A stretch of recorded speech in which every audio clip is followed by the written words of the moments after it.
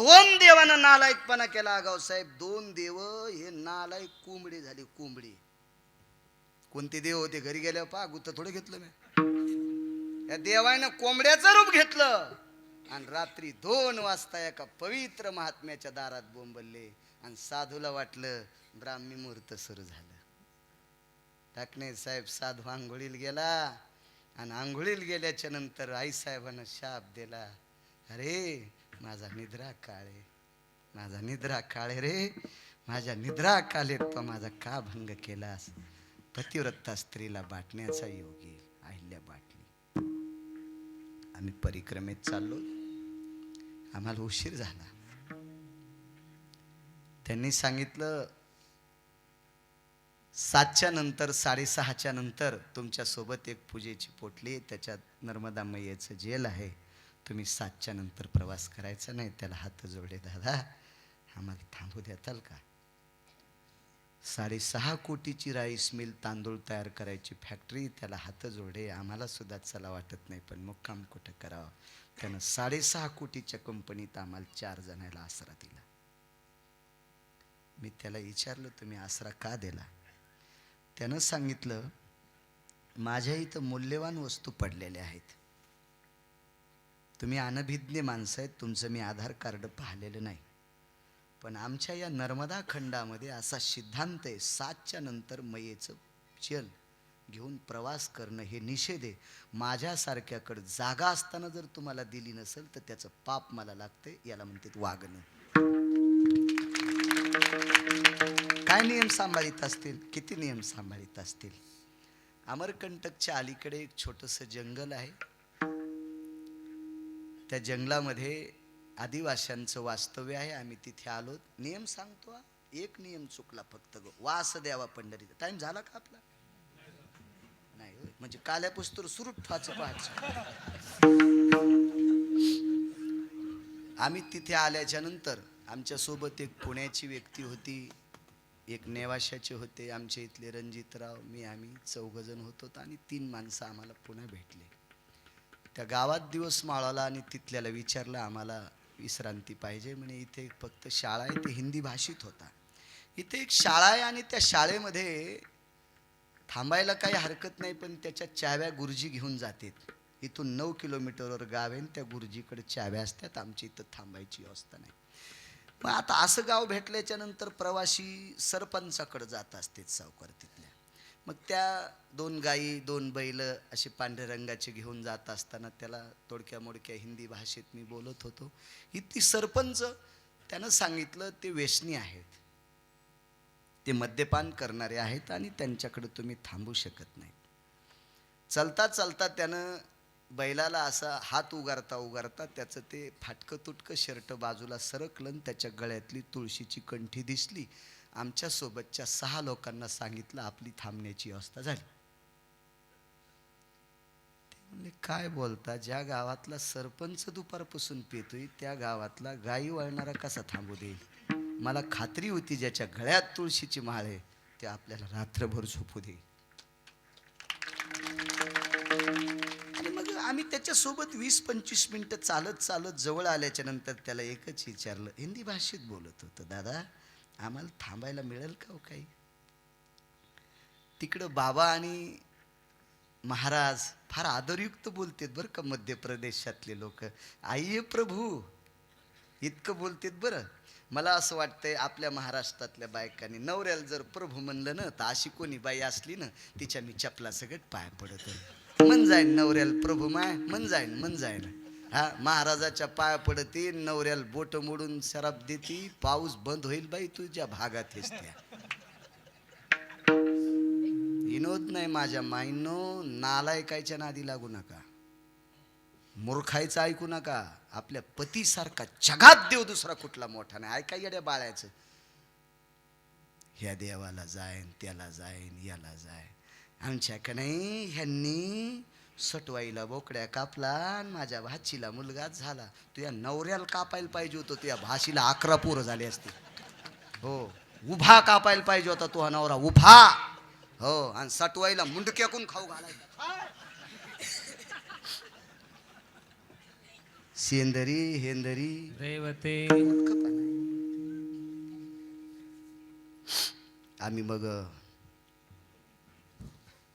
विश्रांती करता गेलो, पण घरात हवा येत होती. त्यांनी शेकोटी, तिकडे आहे मध्य प्रदेशमध्ये कोट्याधीश लोक सुद्धा शेकोटी करतात, परंपरा आहे, आदर आहे त्यांच्याकडे. खाण्याची पंचायत. हे 6ला 6 म्हणले झोपा कशा येत्या. त्याला म्हणलं आम्हाला पीठ भेटन का? ते म्हणलं गिरणीवाल्याकडे इकत भेटन.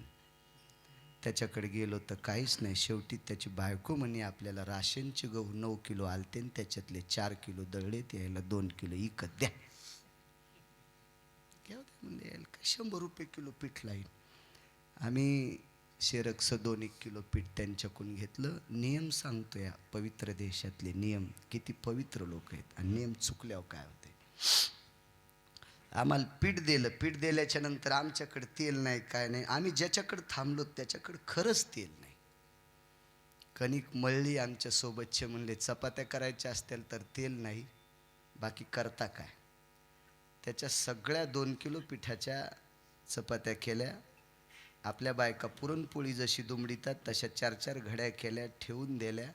आणि मग त्यांच्यातली एक जण म्हणले आमच्या इथं किराणा दुकान आहे, आणि मग तेल आणलं. जिऱ्याची पुडी आणली 5 रुपयाची, फोडणी दिली, तेलाला पाणी टाकलं, आणि त्या सगळ्या चपात्या उकळल्याच्या नंतर आम्ही त्या सगळ्या 7 लोकांना त्या चपात्या खाल्ल्या उकळलेल्या. आणि मग म्हणलं तुमच्या पिठाचे पैसे किती झाले. खिशाला हात घातल्याबरोबर त्याची आजी आली आणि तिनं सांगितलं. ती त्यांच्या भाषेत बोलत होता. मी त्याला विचारलं काय म्हणाली. पैसे घेतले नाही आमच्याकडनं. तर का घेत नाही तुम्ही, 2 किलो पीठ आम्हाला विकत दिलं. त्यानं त्याच्या भाषेतून मराठीत मला असं हिंदीत सांगितलं, मला कळालं. आमची आजी म्हणली आपल्या 2-3 पिढ्यापासून आपण आदिवासी अत्यंत गरीब आहोत. आत्तापर्यंत माझं लग्न झाल्यापासून परिक्रमा करणारा आपल्या इथं कोणीच आला नाही, आणि 2 किलो पीठ विकत घेऊ नकोस विकत पीठ.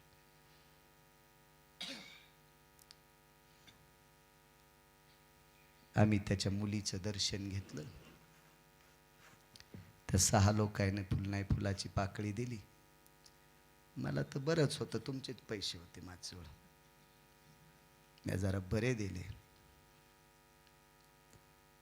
माणसाच्या डोळ्यातून पाणी आलं. त्यानं मी सांगितलं तू एवढूशा पैशासाठी रडतो कशाला. ते म्हणला मुलगी 11वीला आहे, आणि 15 दिवस झालं बिघाडायला मोबाईल दुरुस्त करायला पैसे नाहीत. 15 दिवस झालं बिघडलेला मोबाईल दुरुस्त करण्यासाठी पैसेच नाहीत. असू दे म्हणलं, काय हरकत नाही, पुन्हा 500 रुपये धर. त्या दिवशी गळ्यातल्या माळीला हात लावला आणि सांगितला या गावामध्ये मी जसा शेतकरी झालो तसं मला 10-15 क्विंटल फक्त तांदूळ होते. नुसते भात शिजून खाणारी माणसं मिठासोबत. मीठ पण असं पांढरं शुभ्र भेटायचं नाही. माळीवर हात ठेवला रमेश बाबा. त्यानं आता इथून पुढे गावात येणारा परिक्रमावासी मी उपाशी जाऊ देणार नाही. काय नियमाची प्रणाली, किती मोठी नियमाची प्रणाली. आम्ही अमरकंटकमध्ये पोचून पुढे खाली सक्रिया नावाच्या गावात आल्याच्या नंतर त्याचा फोन आला. मोठी एक समिती आमच्याकडे आली, आणि त्या समितीनं आमच्याकडं 10 क्विंटल तांदूळ, 2 क्विंटल गव्हाचं पीठ आणि पूर्ण शिधा सामग्री आणून दिली. आणि चांगल्या प्रतीच्या लाकडाचा एक मंडप, त्याला चांगल्या प्रतीचा कपडा लावून 50 गाद्या माझ्याकडे सगळी व्यवस्था करून दिली. नियम गोड वागणाऱ्या माणसाला किती उंच नेऊन घातलं. गावातले भलाढ्य लोकांकडे ती सेवा नाही. ती चांगलं केल्याच्या नंतर नियम थोडासा चुकला, न्यायशास्त्रीच्या पत्नीला कलंकित व्हावं लागलं. न्यायशास्त्रीच्या इतका आईला वाईट बोलले, नियम चुकला. सांगितलं जा पंढरपूरला. पंढरपूरला जाण्यासाठी देह मानवी लागतो. मालकाला सांगितलं मालक आयुष्यभर तुमचं काम केलंय, या कामाच्या बदल्यात काय देताल, मागताल ते देऊन टाकील. सूर्यानं सांगितलं माग, मला मानवी शरीर द्या, पण पंख अर्धे हातपाय अर्धे होते. माणूस हो म्हणल्याबरोबर बिना हातापायाचा माणूस झाला. त्या माणसाचं नाव श्री गुरु कुर्मदास. त्या माणसाचं नाव श्री गुरु कुर्मदास. लवळला समाधी आहे कुर्मदासांची, अरुणाचा अवतार. मग गरुड अरुणाचे भाऊ कुर्मदास लोटांगण घेत घेत पंढरपूरला चालले.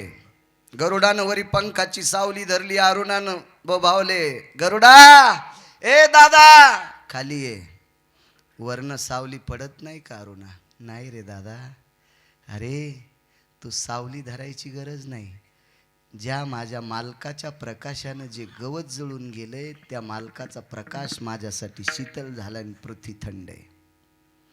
देवाला विनंती केली, माझा भाऊ इतका प्रयत्न करतो, प्रभू आणा ना त्याला, आणा ना, आणा ना. भगवान म्हणतात, काही काळजी करू नकोस गरुडा, आणायचं नाही, मीच तिथं जातो. भगवान तिथं आले, मांडीवर घेतलं कुर्मदासाला. फक्त मला सांगायचं, नामदेवराय पंढरीत जागा का मागतात? आणि मग कुर्मदासानी देवाला विचारलं, देवा इथपर्यंत आलात, मी तुमच्या मांडीवर प्राण सोडणारे सगळं झालं, पण मी एका पाप फेडण्यासाठी इथपर्यंत आलो. माझ्या आईला मी वाईट बोललो होतो, नाना प्रकारचे तर्पण केले, पण त्या पापातून मुक्त नाही. हे पाप संपलं का? विटेवरच्या मालकाच्या डोळ्यातून पाणी आलं आणि कुर्मदासाच्या तोंडावरून हात फिरिला. दादा, ज्या दिवशी पंढरपूरला जाईन म्हणलास का, ज्या दिवशी सूर्यनारायणाला पंढरपूरला जाचं म्हणलास का, त्याच दिवशी पाप संपलतं, त्याच दिवशी पाप संपलतं. महाराज जगाला प्रकाश देणाऱ्या सूर्याचे सारथी अरुण यांच्याकडचा एक मातोश्रीचा कलंक काही केल्यानं धुतल्या जात नव्हता. ते फक्त पंढरपूरचा रस्ता धरल्यावर ते कलंक धुतो. म्हणून वास द्यावा पंढरीचा,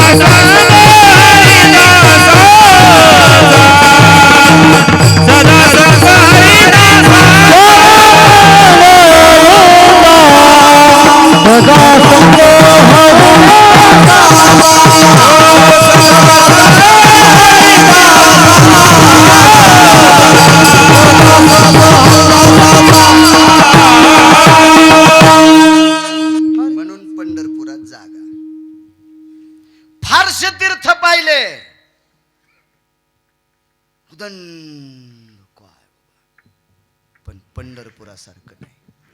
सदा संग हरिदासाचा. ऐकता 5 मिनिटात का घेऊ विठो बरोबर नाही.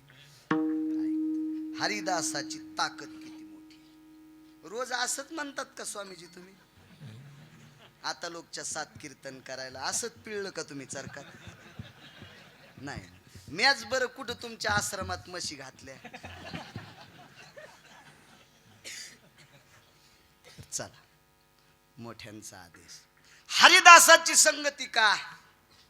महाराज, तुम्हाला हरिदास भेटल्यावर किती फायदा होईल सोडून द्या. पंढरपुरातल्या मालकाचंच हरिदासानं भलं केलं. हरिदास जर पंढरपुरातल्या मालकाला नसता भेटला ना, तर पंढरपुरातल्या मालकाला तुमच्या आमच्या दारात भीक मागावं लागली असती. भीक. भगवान विष्णू परमात्म्याला भीक मागावं लागली असती. इतकी हरिदासाची ताकद. 5 मिनिटात ऐका रमेश बाबा. महर्षी सांदीपनीच्या आश्रमावर 23 लोक शिकायला. 23. त्याच्यातल्या दोघांची नाव ऐका. भगवान द्वारकाधीश कृष्ण परमात्मा म्हणजे पंढरपुरातला बाप सेठजी एक विकाची, आणि दुसरे सुदामदेव. 23 मधले 2 बस झाले. काय करायचे आपल्याला? जेवणाच्या आधी जेवणाच्या नंतर एक गोळी बस झालं. काय करायचं? पाठचं पाठ जाणे, पण उग कशाला ताण घ्यायचा.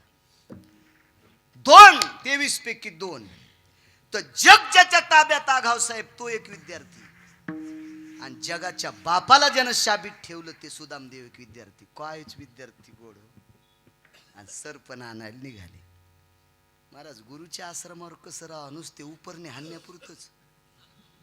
त्याची धोतर हाणण्यापुरतच. कोणी गुरुला सत्कारात शाल घातली की ओढी. मागच्या जन्मात का जाळ वाढायला होता का सुंबळ्या तू? जरा हिशोबात राह ना रे. काय गुरुच्या सानिध्यात कसं राहा. जा सरपण आणाय. सरपण आणायचं कोणतं महाराज? किती न्याय असन. शुष्क काष्ट जरी का निसर्गाची या उजगरी. उष्ण काला खंड बोहरी. उष्णतेनं पाण्याची अपुरता भाग किंवा कशानं तरी उन्मळलेल्या आपण मत्या वाळलेल्या झाडाची लाकडं आणणं हा न्याय. ओलं तोडून नाही. शास्त्र आहे. आपण जे यज्ञाला संविधान तो का आपलं आणि दाढीवाल्या बोकड्याचं सारखंच. आमच्याकडे जगदंबेचा होम आहे, हवन आहे, तर्पण विधी आहे, संविधान आहे. लुचायतला झाड. अरे मागच्या जन्मात का शिळीचं पोरग होतास का काय तू? काय त्याला शास्त्र आहे, नियम आहे.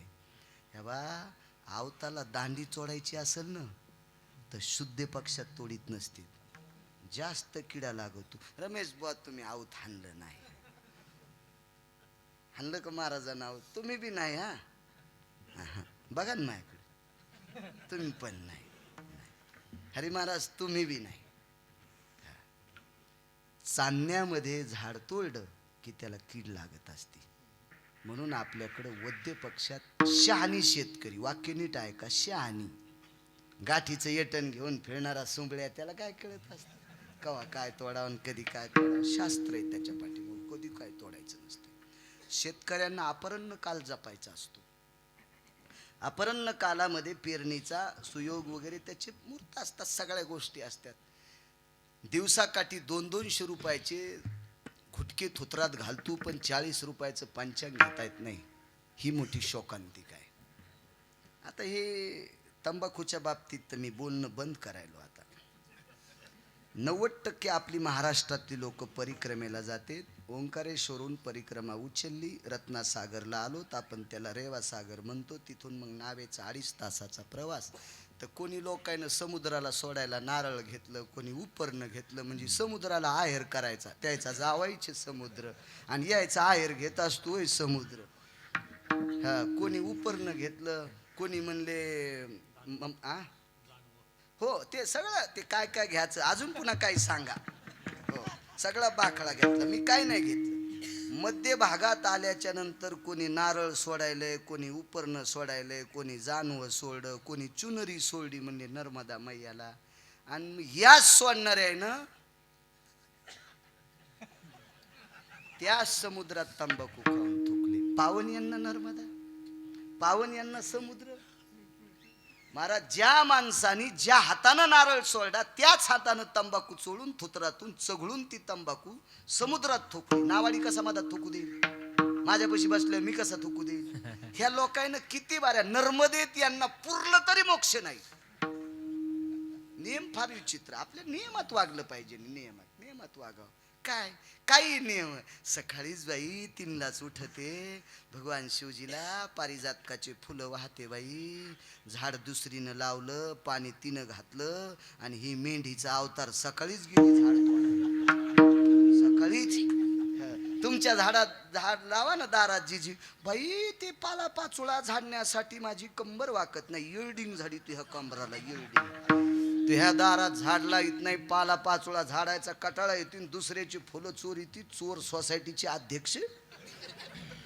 मूर्खपणा आहे. विनोद नका मान.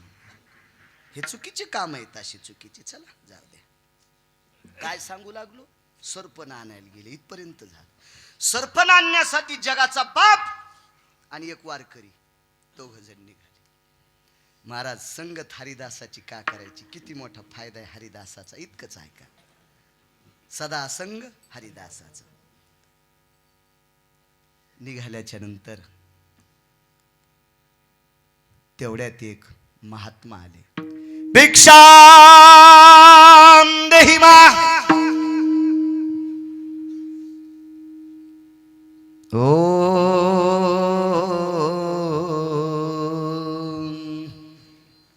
स्वजास्तिद पारणियो भिक्षास्तितो जलभयदिनावजद्निरेना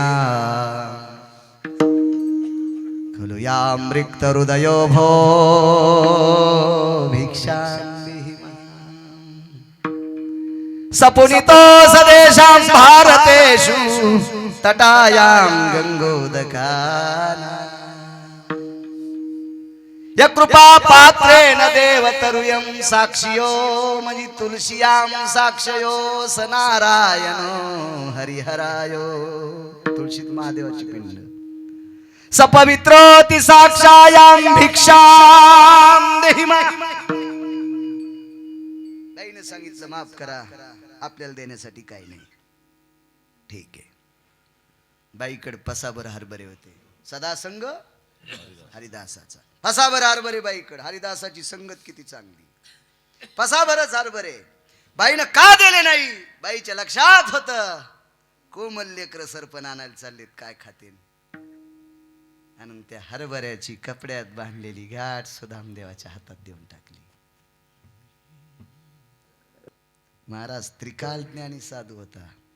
काय नाव असेल त्या साधूचं सांगता येईल? किती भागवत ऐकिले मला पुरा आता उद्याचा काला झाल्यावर पण. किती रामायण ऐकिले, किती शिवपुराण ऐकिले. 5 रागीट साधू पैकी एक साधू रागीट होता. तो त्या साधूचं नाव आहे दुर्वास. भिक्षां देहि मां. त्रिकाल ज्ञानी साधू. साधून त्रिकाल ज्ञानाला लक्षात घेतलं. बाईकडे हरभरे होते मुठभर. बाईने लेकराला दिले पण एवढ्या मोठ्या महात्म्याला दिले नाही. बाईला शाप देण्याची ताकद नाही. का? कारण जगाचा बाप त्या बाईच्या पाया पडत होता. महर्षी सांदीपनींची पत्नी. नाव सांगता येईल का जिजी त्या सांदीपनीच्या पत्नीचं नाव? सांगा ना बाळ्याला, सांगा सांगा ना. संक्रांतीच्या दिवशी तिचं नाव घेतल्याशिवाय तुमचं वाण पूर्ण होत नाही. मालिकातल्या कुंटलभर बाया तुमच्या ध्यानात असतील. अशा लिहिल्यावर तुम्हाला रजिस्टर पुरायचं नाही. एक रजिस्टर. पण सांदीपनींची पत्नी सांगता येणार नाही तुम्हाला. वा वा, काय पुरुषार्थ. इथून सुरुवात आहे जिंतूरची. म्हणूनच काय लोक याला जितूर म्हणते. वा वा वा वा रे वा, जितुरे होत. जाऊ द्या, लागा उद्यापासून कामाला. आणि उद्या सकाळी मला सांगा सांदीपनींच्या पत्नीचं नाव. काय ताकद बाईची. महाराज बाईच्या डोळ्यातलं पाणी पाहिल्याबरोबर त्याच्या अंतःकरणाला दुःख झालं ना. अश्रूला विचारलं कशा करता डोळ्यातून खाली पडले. तुझ्यासारखं तिचं समुद्रात बुडून मेलंय. तुझ्यासारखं तिचा मुलगा समुद्रात बुडून मेलाय. अश्रूनं सांगितलं रामराव. विश्वाच्या मालकानं भगवान शिवजीला सांगितलं काय सूत्र खालीवरी करायचे तर करा, पण बाईचं पोरग वापस द्या. मृतपुत्र जीवाला. आणि गुरुदक्षिणेत साधूला पोरग देऊन टाकलं. महर्षी सांदीपनीचा मुलगा समुद्र स्नानाला गेला. शिल्पी काढीत नव्हता पण चुकीच्या ठिकाणी स्नान केलं आणि मृत्यू पावला. वापस केली. एका अश्रूची ताकद. काय शाप देता येईल स्वामीजी त्या बाईला. पण साधू शीघ्र कोपी रागीट साधू आहे. साधून एक शाप दिला. या हरभऱ्याचा पुरुषार्थ पाहून घेऊ. पाऊस सुरू झाला हो धीरजजी. पाऊस सुरू झाला आणि वरच्या फांदीवर सुदामदेव आणि खालच्या फांदीवर जगाचा बाप होता. काय आमचे सांगणारे कधी कधी सांगतेत काय सुदामदेव हरभरे खाऊ लागले बर का. आणि काय ते हरभरे कडकड वाजू लागले बर का. आणि काय त्या कडकड हरभरी वाजण्याचा आवाज आल्या देव म्हणत होता बर का. आवाज कशाचा यालाय तर सुदामदेव म्हणले थंडीनं दात कडकड वाजायले. आणि म्हणून भगवान म्हणले एकटाच हरभरे खालास तू भिकारी होशील. ना आलाय का जरा वाचून सांगा जाय सुंबळ्या. तू इतका नदीला चालला बोंगाळत तर तू ह्या पुढच्या आई किनारी वड्याला जातील ना. येडपटे का काय असं सांगत असतील का. पाहुणी ग्रंथ आणि वाचूनी पुराण सांगावे. काही कसं सांगते मला सांगा. विश्वाचा बाप ज्याचा मित्र आहे तो सुदामदेवाला भिकारी करील का. रमेश बाबा कसं करील. मूर्खपणा आहे. ऐका कारण ऐका. आणि ज्या सुदामदेवाचं देवावर किती प्रेम ते सुदामदेव चोरून हरभरे खातील का. किती प्रेम आहे का पुढं. हरभरे खाऊन टाकले. 23 पैकी एक मित्र सोबत होता. प्रत्येक हरभऱ्याला रमेश बाबा डोळ्यातून शिप शिप पाणी पडत होतं. एक हरभरा सावकार खाल्ला ना, शिपभर पाणी पडत होतं. भीती होती त्या हरभऱ्यामध्ये. सगळे खाऊन टाकले. टरकल सुद्धा जिवंत नाही. टरकल सुद्धा गावसाहेब जिवंत नाही. शेठजी खाली उतरल्याबरोबर देवानं हात धरला. मित्रा, शनी तू एकट्याने खाल्लेस. कडकडाटून मिठी मारली. आपल्या 23 पैकी एक बी भिकारी होता कामा नये. आपल्या 23 पैकी एक बी भिकारी होता कामा नये. देवाने विचारलं, काय कन्हैया तुला माहिती आहे ना रे? अरे दुर्वासाने शाप देलता. घरात भिक्षा असताना मला दिली नाही. ही भिक्षा जो खाईन तो दरिद्री होईल. ही भिक्षा जो खाईल तो दरिद्री होईल. कोणाला माहित होतं? सुदाम देवाला. आपल्याला जर माहित असलं शेठजी हा पदार्थ खाल्ल्यावर आपण भिकारी होतं, खाऊ का? पण सुदाम देवानं देवाला सांगितलं, देवा माझं तुझ्यावर इतकं प्रेम आहे रे, माझं इतकं प्रेम आहे. मी जिवंत असताना माझा मित्र भिकारी होता कामा नये आणि माझ्या मित्राच्या पदरात भिकार पण पडू नये कोण्याच. याच्याकरता मी भिकारी झालो तरी हरकत नाही. शनी खाल्ली. याच्याकरता सुदाम देवाला दारिद्र्य आलं. याच्याकरता सुदामदेवाला दारिद्र्य. मगाशी बोलून गेलो, महाराज सुदामदेव हरीचे दास आहेत. हरीचे दास आहेत. महाराज यमाला वाटेल ते बोलूनही पोरग वाचत नव्हतं.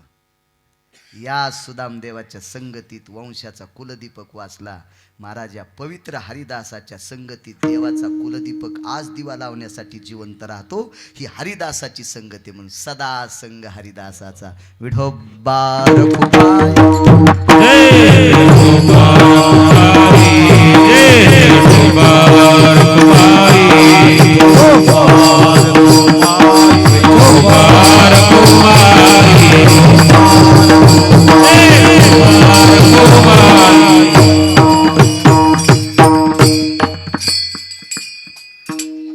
महिलांनी वगळता सगळ्या पुरुषांनी फक्त 30 सेकंद हातवरी करा.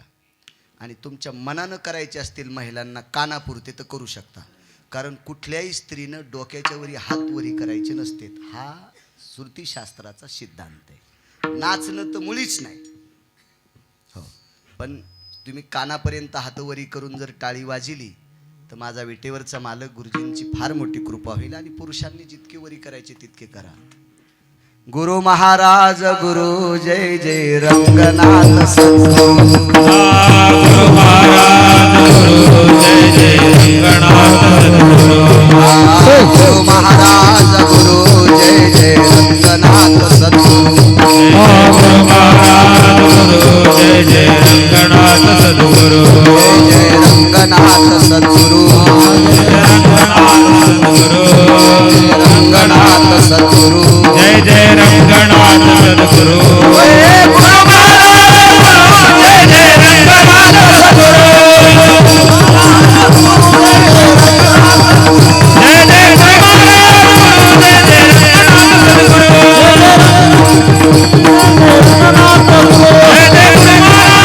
जय जय सद्गुरु.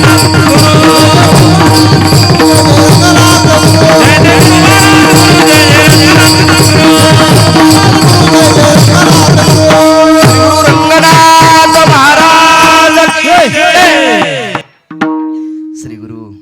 ज्ञानसूर्य ज्ञानभास्कर श्री गुरु रंगनाथ गुरुजींच्या पुण्यस्मरणाचा हा सोहळा आहे.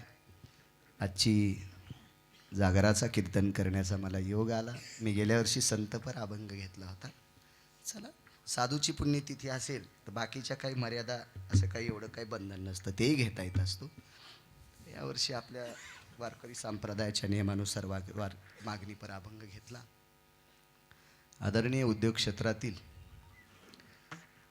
दाना मार्केटमधील ज्याला आपण आडत दुकान म्हणतो, पण त्याला खरं नाव त्यातल्या एका बाईनं विटेवरच्या मालकाचे, द्वारकाधीश म्हणजे कोण स्वामीजी? विटेवरचा मालकच ना. तुमच्यातल्या एका बाईनं विटेवरच्या मालकाचे पाय धरले. त्या मालकाचे पाय धरले होते श्री गुरुजींनी. गुरुजींनी ज्या मालकाचे पाय धरले त्या मालकाचे पाय त्या माऊलीनं धरले. मांडीवर साडी फाटली म्हणून अंधारात वाण द्यायची वेळ आली, त्या बाईनं त्या मालकाचे पाय धरल्याच्या नंतर त्या गावातल्या म्हशीला सुद्धा सोन्याच्या साखळ्या. याच्या पलीकडे सांगू तुम्हाला, जगात सोन्याची गाव असलेली भरपूर लोक होते, भरपूर. पण सोन्याचा मसनवाटा असलेला एकच माणूस होता, ते फक्त सुदामदेव. इंद्राला नगरी सोन्याची, माणसं मरत नाहीत. मसनवाट्याचा काय संबंध आहे? येऊ लागती माघारे, आनंदीतले मालकच म्हणत होते ना. कशाची पावटी सरे? मग तया पुण्याची पावटी सरे, सवेची इंद्र पदाची उटी उतरे, येऊ लागती माघारे तुरी का पायला.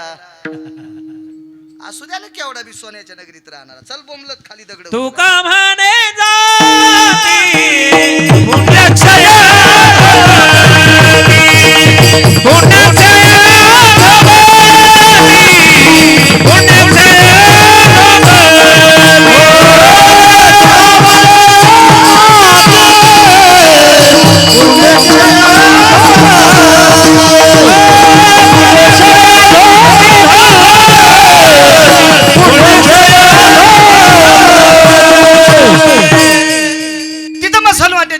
रावणाला गाव सोन्याचं, मसनवाटा मातुड्याचा. कुबेराला गाव सोन्याचं, मसनवाटा मातुड्याचा. सुदामदेवाला रमेश बाबा गाव बी सोन्याचं, मसनवाटाही सोन्याचा. कोणाची ताकद? फक्त एका बाईची. औषध कोणतं घेतलं? फक्त त्या मालकाचे पाय. नामदेवराय म्हणतात, श्रुती माते त्याचे पाय धरल्याच्या नंतर मसनवाटा सुद्धा सोन्याचा होतोय. चरण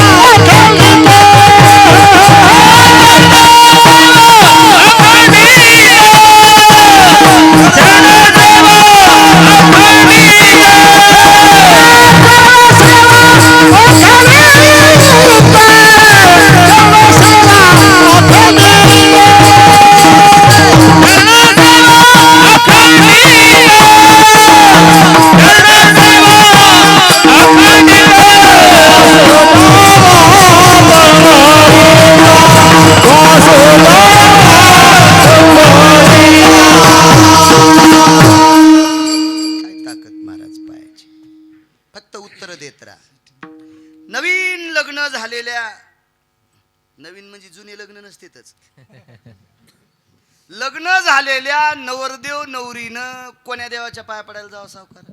सुरुवातीला कोणाच्या? तो नंतरचा विषय. लग्न लागतानाच कोणाच्या पाया पडायचं? शिवजीच्या नाही, रामप्रभूच्या नाही, पांडुरंगाच्या नाही, जगदंबेच्या नाही, मारुतीरायाच्या. दोन सिद्धांत आहे का? एत प्रपंचान्वेति संस्कारम यत पदाच्युतम यजायतम रुद्रानाम एकादशयो. 11 रुद्र मारुतीराय. 16 संस्कारापैकी लग्न एक संस्कार आहे. चला. मृत्युरोर्भय व्याप्तियाम पिंडो तलाति जायतेम देह प्रदेशित कायायाम नामनिम प्रेतान भयोजिताः. याच्यातली आत्मज्योत मालवली की याला रूपांतर कशात म्हणतात? प्रेतात. झाला प्रेत रूप शरीराचा भाव लक्षीला ठाव स्मशानीचा मालक सांगतात. हे प्रेत बी घरून उचलल्यावर कोणाच्या दारात टेकते? शिवजीच्या, रामप्रभूच्या, पांडुरंगाच्या नाही, मारुतीरायाच्या. अधिष्ठितम ग्रामो येश क्रशती भवा. याला ज्याला यश म्हणतात, यश यश गावाला यश ज्याच्यापासून आहे त्याला मारुतीराय म्हणतात, त्याला मारुतीराय म्हणतात. नालायकायचे बुट आणि मूर्खायच्या चपला वाजित वाजित आधी कोणाकडे नेते?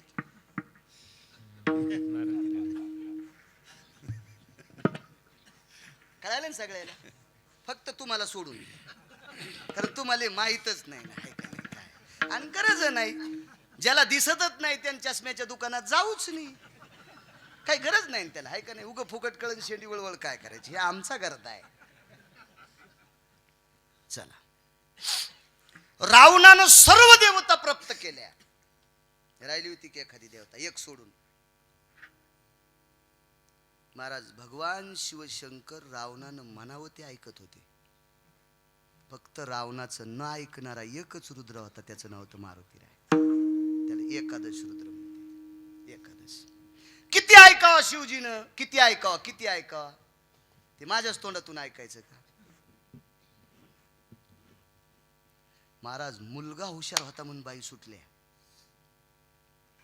भगवान गणेश विद्वान होते म्हणून बाई सुटल्या. इतकं प्रसन्न करून घेतलं होतं रावणानं शिवजीला, इतकं प्रसन्न.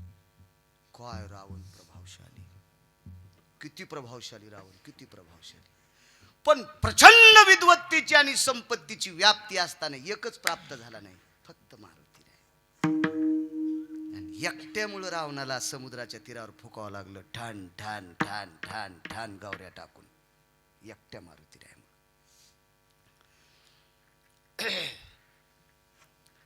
पांडुरंगाची मंदिर महाराष्ट्रात सगळ्या गावात आहेत का प्रसाद भाऊ? चला, महादेवाची मंदिरं सगळ्या गावात आहेत का? आता आता जराशी वाढायले तर हो, नवऱ्याला जरी नसलं कळत तर बाई म्हणते मांडान महादेव, मांडान आपल्या बेली खाली. हो, यानं तिचं ऐकून मांडला, अभिषेकाला कव्हाच गेला नाही, हो कव्हाच गेला नाही, कव्हाच. गडी पाकिस्तानी होता, त्याच्यावर काळी कचरा पडला आणि या गड्यानं पिंडीला टेकन देऊन भाकर आणली.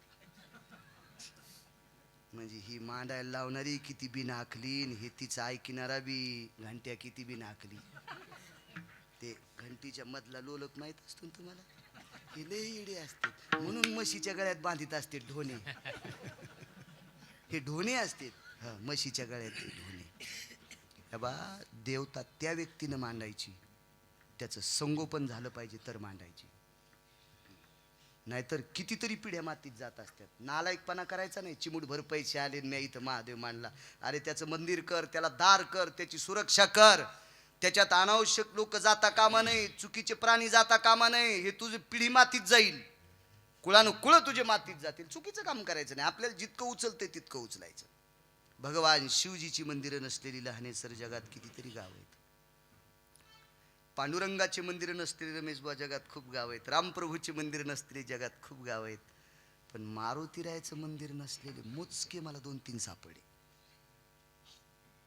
पण तिथे वेगळ्या अवतारात चंद्राचा देव बशिलेला, अवतार वेगळा, रूप वेगळं, पण अधिष्ठान मारुतीरायाचंच.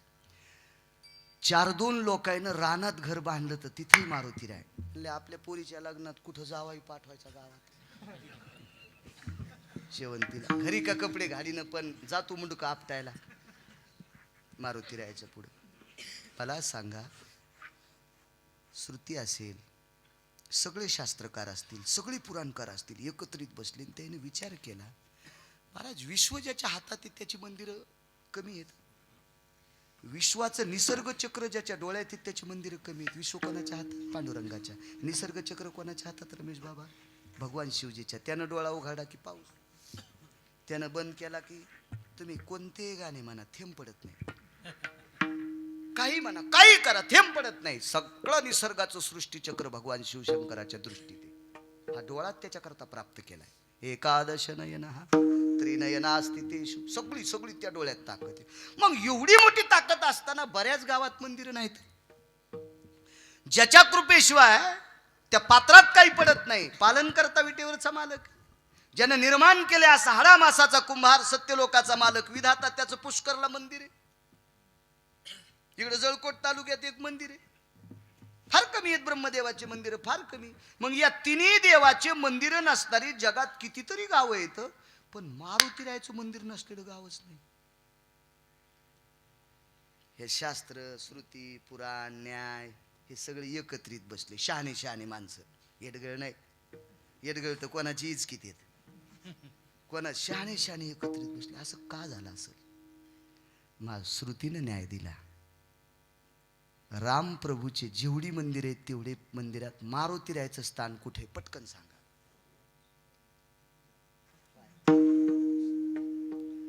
काय प्रभू रामचंद्राकडे सिंहासन नव्हतं मारुतीरायाला द्यायला? बरं दिलं नसतं सावकार मारुत प्रभू रामचंद्रानं, पण ते पठ्ठ्या घेतच नव्हता. ज्या ज्या ठिकाणी रामप्रभूचे मंदिर आहेत, रामप्रभू कोण? विटेवरचे मालक, ते 7व्या अवतारातले भगवान विष्णू परमात्मा.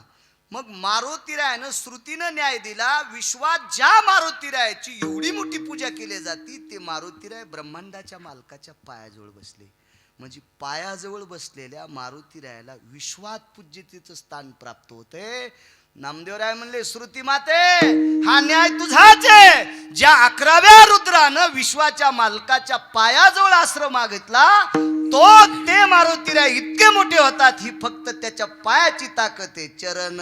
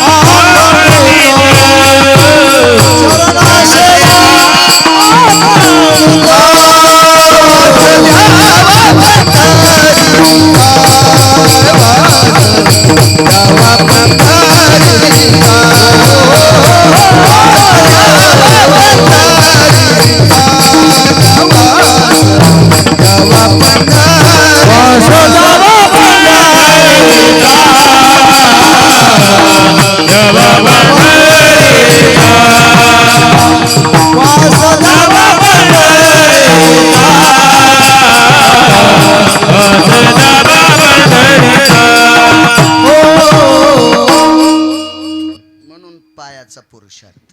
याच्या अगोदर वेगळंही बोलत होतो, म्हणजे इकडचं तिकडचं नाही, पुराणातलंच. पांडवांना गादी प्राप्त झाली. एक जणांना पांडव बळकट होते. येडगळेस तू. सगळ्यात बलशाली लोक कोण्या पक्षात होते? तर कौरवाच्या पक्षात होते. कधीच खोटं न बोलणारी माणसं कोणाच्या पक्षात होती? तर कौरवाच्या. कर्ण खोटं बोललेलं तुम्हाला कुठं सापडलं का आतापर्यंत तुमच्या वाचनात? हरी महाराज, प्रसाद बाबा सापडला तुम्हाला? कुठं वाचायला भेटलं? इतका इमानदार कर्ण. चला, या कर्णाला मारण्यासाठी पंढरपुरातल्या मालकाला 19 पैकी 3 पाप करावं लागले. पाप 3. चला, चौथा वेगळा अधिकार सांगतो, वेगळा. या कर्णाला मारण्यासाठी पंढरपुरातला मालक जगाला श्रीमंत करण्याची, जगाला भिकारी करण्याची ताकद ज्याच्यात आहे, तो भिकारी होऊन कर्णाच्या दारात. याच कंभयू कवचाधित कुंडलायाम. भिकारी या रूपामध्ये कवच आणि कुंडल कर्णाला मागितले. कर्ण किती श्रेष्ठ. कर्णाला फोडण्यासाठी विश्वाच्या मालकानं ते कोण्या कुळात जन्माला आलाय त्याला सिद्ध करण्यासाठी त्याची आई तिथं नेली आणि कुंतीनं पाहिल्याबरोबर पान्हा आलाय. पान्हा कोणाला म्हणते आई? महाराज काय वात्सल्य असेल ते. महाराज फार दिवसाला लेकरू दिसल्याच्या नंतर दाढी मिशाचं लेकरू दिसल्या माईच्या हृदयातून दूध येते. त्या अर्थी त्या आईचं स्थान किती मोठं असेल याची जराशी अक्कल धरा तरुणांनी. 22.5 वर्षाचं पोरग युद्धामध्ये शेवटचे श्वास मोजते त्या वेळेला आपला मुलगा वाचावा म्हणून त्या माईनं विश्वाचा बाप भाऊ होता तिचा, त्याला स्वतःच्या दुधाचं पत्र लिहिलं. आणि 22.5 वर्षाचं पोरग झाल्यावर स्वामीजी माईच्या वक्षस्थळातून दूध आलं आणि त्याचं पत्र लिहिलं. जगदानंद कंद जगतपते द्वारकाधीश कृष्ण परमात्मा. दिवाळी पंचमीची साडी चोळी नाही दिलीस तरी हरकत नाही रे, पण आमच्या कुलाचा वंश अभिमन्यू जिवंत ठेव. वक्षस्थळातल्या दुधाची धार हे माईचं स्थान आहे. इतकं मोठं स्थान. ती आई आली. शपक पुरावा कर्ण तू पांडवरे पहिला शपक. शपक नाही पदराने झाकीला गंगे भितरी सोडून दिला. कर्ण तो पांडवरे पहिला किंवा दुर्वासाच्या कृपादाने 5 मंत्र दिधले त्याने. नंतर इचकायचं नाही. पण गाणे म्हणणाऱ्यापेक्षा चांगले आहे ना. अभंग जरी असेल तरी शपक असू द्या, पण महाराज अभंग आहे ना, शपक असू द्या, गाणे म्हणण्यापेक्षा चांगले आहे ना. कर्ण तो पांडवरे पहिला. सांग त्याला फोडायला, सांग त्याला फोडायला. कुंतीने सांगितलं कर्ण तुला तुझ्या भावाच्या बाजूने लढावं लागते. आई माझे भाऊ कोण? मी तुझी आई आहे, मी क्षत्रियातला आहे. वा भगवंताचे पाय धरले. प्रभू मला कुळ दाखवून दिलंस. वा किती छान गोष्ट आहे. देव म्हणला इतकं गोड बोलत मग कसं ऐकत नाही. चल ना पांडवाकून. अद्याप नाही. सत्य बोले मुखे दुखवे अनिकाच्या दुखे हीच विष्णूची महापूजा अनुभव नाही दुजा. खरं बोलणारा माणूस त्या नाही देवाकडे गेला तरी त्याला विष्णूची पूजा केल्याचं पुण्य प्राप्त. पण खरं किती आमिष दाखिले असतील हरिभाऊ कर्णाला. देवानं कर्णाला सांगितलं तू जर पांडवाच्या पक्षात आला तर कौरव मरते, तुला गादीवर बसील, धर्मछत्री धरील. लय नाटक. कोणी तुला गन लाईन, कोणी तुझ्या चपला सांभाळीन, कोणी तुझे पाय धुईन, कोणी तुला वारं घालीन, असं सगळं सांगितलं. तरी पठ्ठ्या ऐकायला. तर नंतर सांगितलं वैकुंठच देऊन टाकतो. लय मोठं लांबलचक घराणं आहे ते. एवढा मोठा कर्ण. काय त्या कर्णाची व्याप्ती. आईला सांगितलं आई माफ कर, मी जरी तुझ्याकडे नाही आलो तरी तुझे 5 जिवंत राहतील. वास कुठं पाहिजे याच्यावर सांगतोय. तुझे 5 जिवंत राहतील. पण एक लक्षात ठेव, त्या 5 पैकी एकाला मारणार. फक्त अर्जुनाला. एकदा सहदेव कर्णाच्या अंगावर गेले. सहदेवाला कर्णाने मारणं म्हणजे एखादं छोटंसं टमाटा असतं का बारका, आपण त्याला गावरान शेतकरी त्याला भेदरी टमाटे म्हणतात. ते बाजारात येत नाहीत असे बारके बारके. ढकणे साहेब ते टमाटर दाबायला किती ताकद लागते.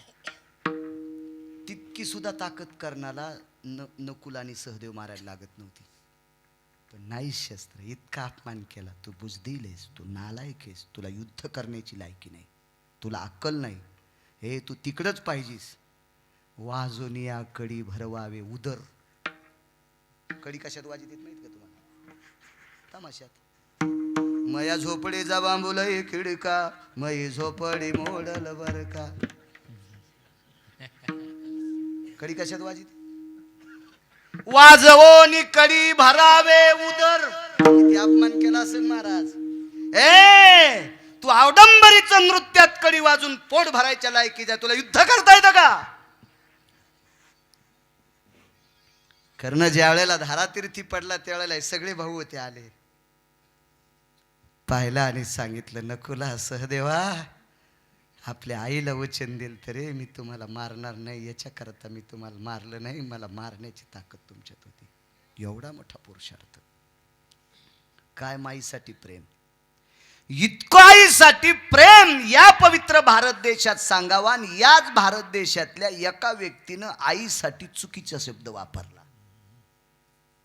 तो काही सामान्य कुळातला नव्हता, सामान्य कुळातला नव्हता. मिरे मिरे कश्यपाचा नातू, मिरे मिरे मिरे कश्यपाचा नातू,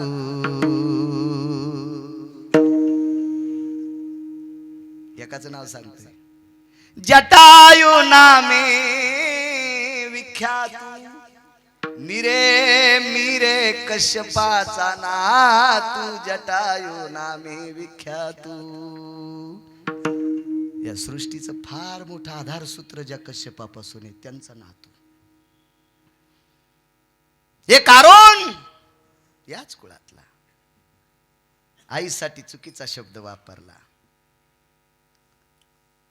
वाटेल ते प्रयत्न केले, तर्पण केले, तर्पण. सगळ्या गंगेवर तर्पण करता येत ते बरं का, येड्यावरून नाही करायचं. आमच्या आजोबाचं श्राद्ध आम्ही त्या वड्याला केलंय. नालायक, तुला काय कळतं का शास्त्र? ते वडा वाहतू कोणीकडं? आपल्याकडे आगाऊपणा करायचा नाही. मीठ पदार्थातलं वाईट पदार्थ आहे का? मीठ हा राजा पदार्थ आहे. मिठाशिवाय पदार्थ खावा वाटतो का? पण या मिठानं भरलेला हात जर दुधाला लागलं तर दूध राहतं का सावकार? राहतं का दूध? नाही. मग चुकता कामा नाही. नेम चुकला, काम संपलं. एका शिकाऱ्याकडे एकच बाण होता, एकच बाण. वाघाच्या मागे लागला, हाणतो हाणतो. वाघाला माहित होतं इतकं नियमदार आहे, इतकं नियमदार आहे, इतकं नियमदार. यानं हाणलं की आपण मेलच. पण हे आयटीत आल्यामुळं बाण झाडाला लागला आणि वाघ आला आणि याला खाल्लं. नेम चुकल्यावर कोण जाते? वाघ गेला का स्वामीजी? नाही, हे गेला. नियम चुकला की तसं प्रत्येक जण जात असतो. तसे म्हणून नियम चुकायचे नाही. उगं कुठे बी एखाद्यानं. मी परवाला परिक्रमेत गेल्याच्या नंतर एका व्यक्तीचं वाक्य, महाराष्ट्र इतका पवित्र आहे, या पृथ्वीवर भारत देशात असं एकच स्थान आहे की ते महाराष्ट्र स्थान आहे की त्या स्थानात जास्त संतांची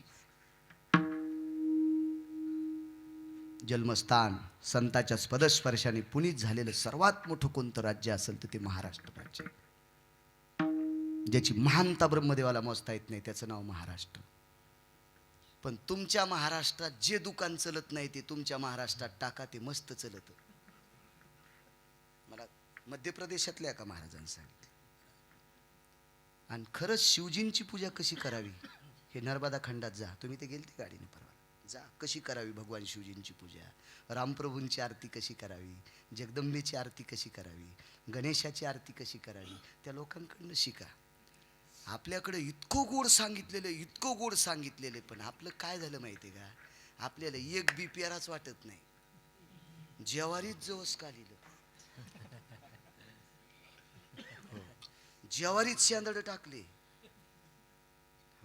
टाकू द्या ना, टाकू द्या ना, टाकू द्या ना, टाकू द्या ना. पण शेंदडाचं बी कडू असते का गोड? कडू. आणि गोड वाळकाचे शेंदड होत असतील का?